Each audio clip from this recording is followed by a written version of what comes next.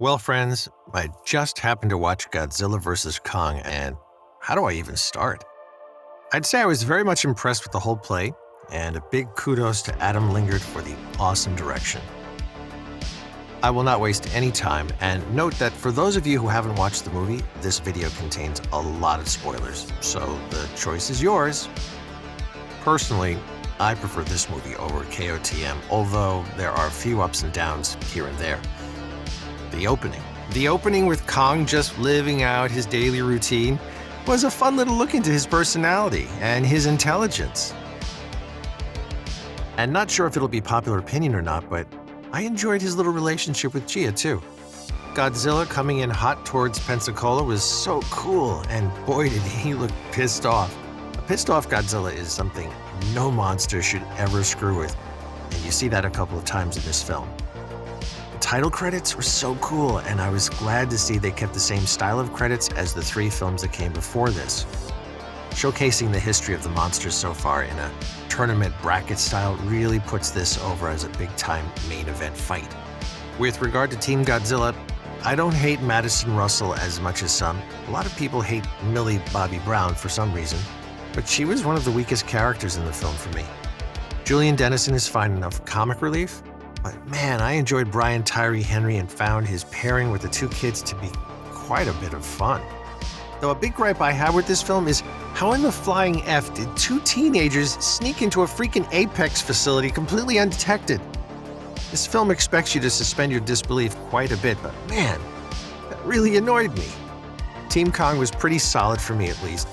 Nothing to praise to the high heavens, but I enjoyed Eileen Andrews and Nathan Lind. But the heart of the human side of the film was firmly entrenched in the Gia and Kong relationship.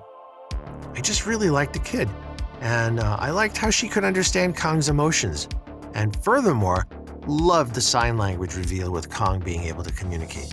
That's something that really differentiates him from Godzilla, and it was a good call to add that into the film. Walter Simmons was a mustache-twirling villain, and that's about it. He didn't really do much. Maya really didn't do much either, so that was disappointing. But my disappointment was immeasurable in how very little we saw of Ren Serizawa. No explanation as to his motivations or his relationship with his father, nothing really there. And I wish we got just anything, really. Extremely disappointed with the human villain side of things, more than anything else.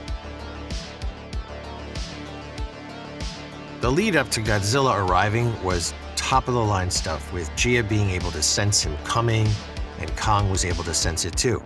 Really liked how they treated Godzilla as an unstoppable force, similar to the 2014 film when he was slicing through that big ship and swimming over to Kong like a shark.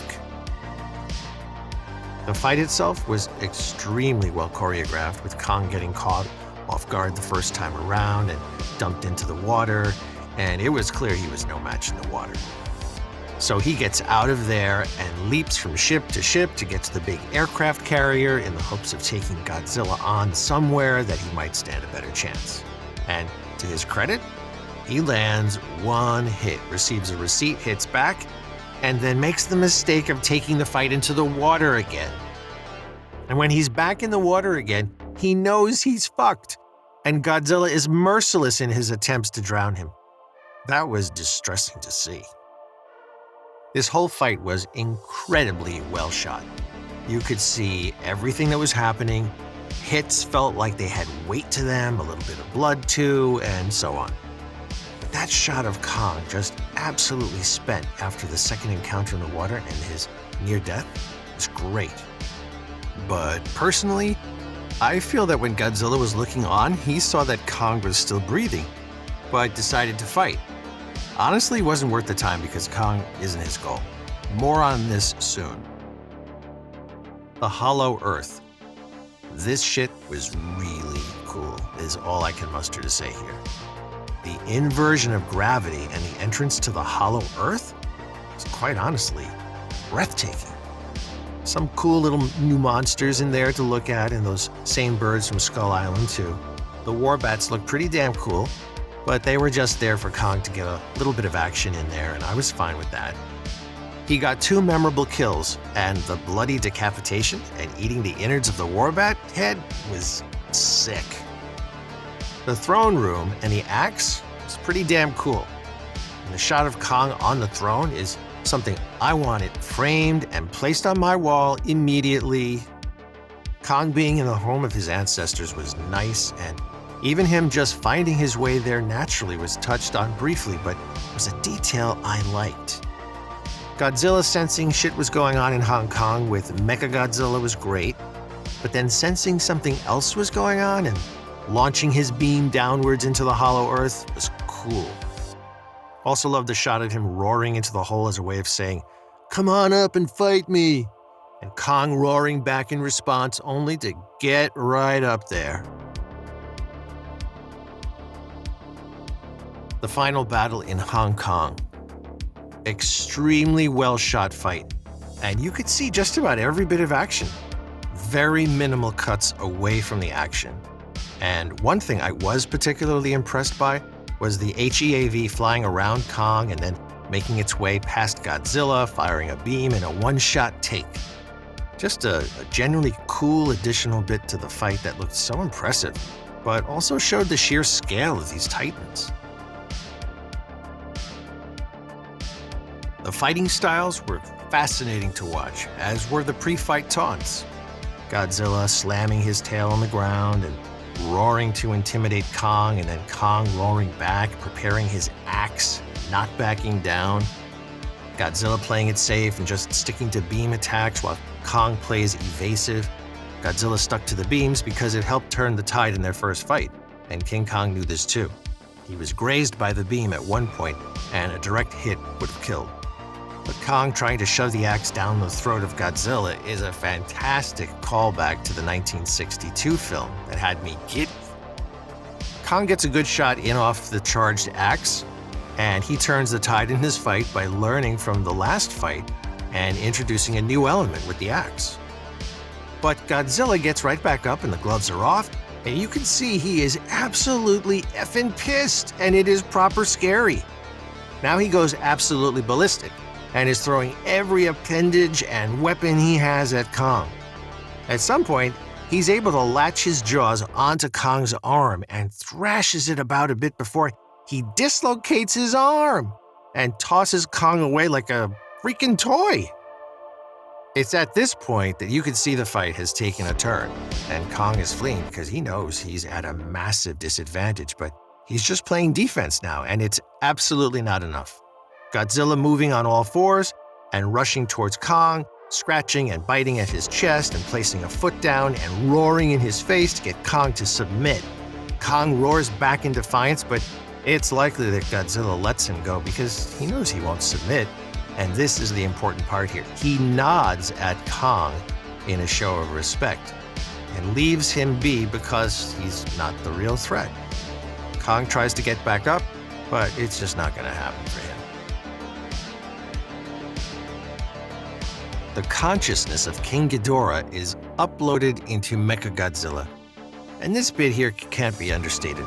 What you're about to see is a Godzilla/King Ghidorah, but Ghidorah just has a new body and a whole lot of new weapons. Do note that he bursts out of the mountain, and the first thing he does is destroy parts of the city with his beam, all before he laughs at Godzilla when he sees him. The two charge at each other, and Godzilla gets a few shots in, but it's one-sided, and Godzilla is absolutely spent.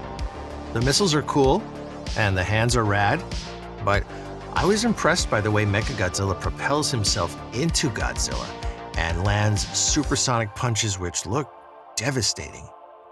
Godzilla is absolutely getting mugged here, and Kong being revived by the humans and told who the real enemy really is, and then popping his arm back into place was just cool.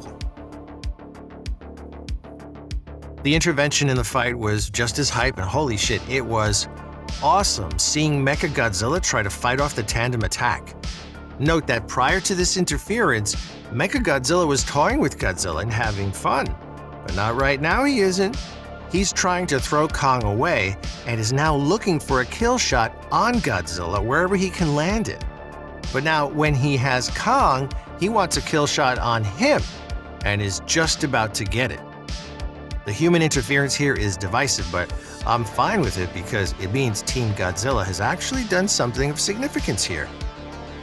Either way, Godzilla gives a huge assist, and Kong gets the win, but he couldn't have done it without the power of friendship.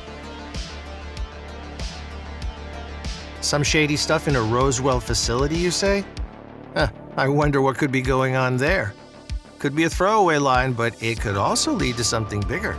I hope it's the latter, but we won't know until we have news of the MonsterVerse continuing. Final thoughts. Absolutely love the fights for sure. And the humans were okay at best to lacking at worst. This is the best they've done so far with both in the MonsterVerse so far.